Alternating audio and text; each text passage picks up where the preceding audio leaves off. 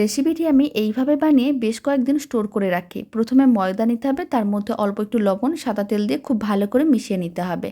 যখন সমস্ত শুকনো উপকরণ ভালো করে মেশানো হয়ে যাবে, অল্প অল্প জল দিয়ে একটা ডো রেডি করতে হবে। ডোটা একটু টাইট করে বানাতে হবে, তারপরে ছোটো ছোটো করে লেচি কেটে নিতে হবে। এক একটা লেচি নিতে হবে, গোল বলের মতন করে বানিয়ে প্রেস করে চ্যাপটা করে নিতে হবে। এবার এরকম একটা ছিদ্রযুক্ত হাতা নিয়েছি, তার উপরে অল্প একটু তেল ব্রাশ করে একটা লেচি আমি নিয়ে ভালো করে প্রেস করে চারিদিকে ছড়িয়ে দিচ্ছি। এতে কী হবে, ডিজাইনটা খুবই ভালো আসবে। খুব ভালো করে ছড়িয়ে নেওয়ার পরে আপনারা চাইলে এরকমই লম্বা করেও নিতে পারেন, আর না হলে আর একটা ডিজাইন দেখিয়ে দিচ্ছি।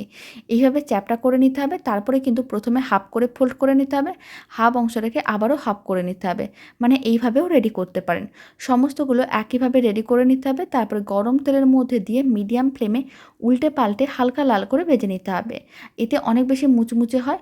আর যখন সমস্তগুলো বেশ হালকা লাল করে ভাজা হয়ে যাবে, তারপরে তুলে রেখে দিতে হবে। এবার চিনি শিরা রেডি করতে হবে। তার জন্য 150 গ্রাম চিনি নিতে হবে আর অল্প একটু জল দিতে হবে।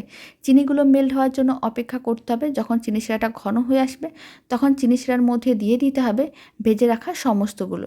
আর চিনি শিরার মধ্যে এইভাবে 3-4 মিনিটের মতো নাড়াচাড়া করতে হবে, যাতে শুকনো হয়ে যায়। তাহলেই কিন্তু অনেক দিন স্টোর করে রাখা যাবে।